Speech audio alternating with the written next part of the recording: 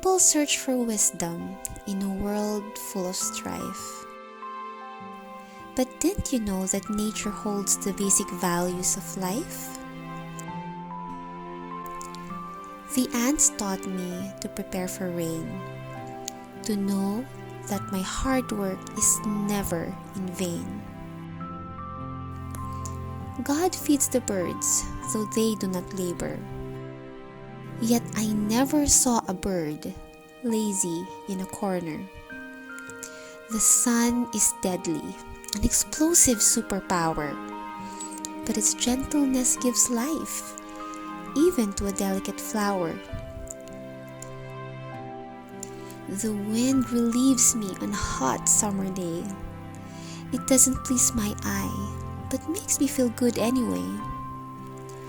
The ocean is mighty. Its waves intimidate me, but it knows its limits and respects its boundary. Ants and birds taught me to love work and embrace rest. The sun taught me that gentleness isn't a sign of weakness. The wind reminded me that love isn't always seen.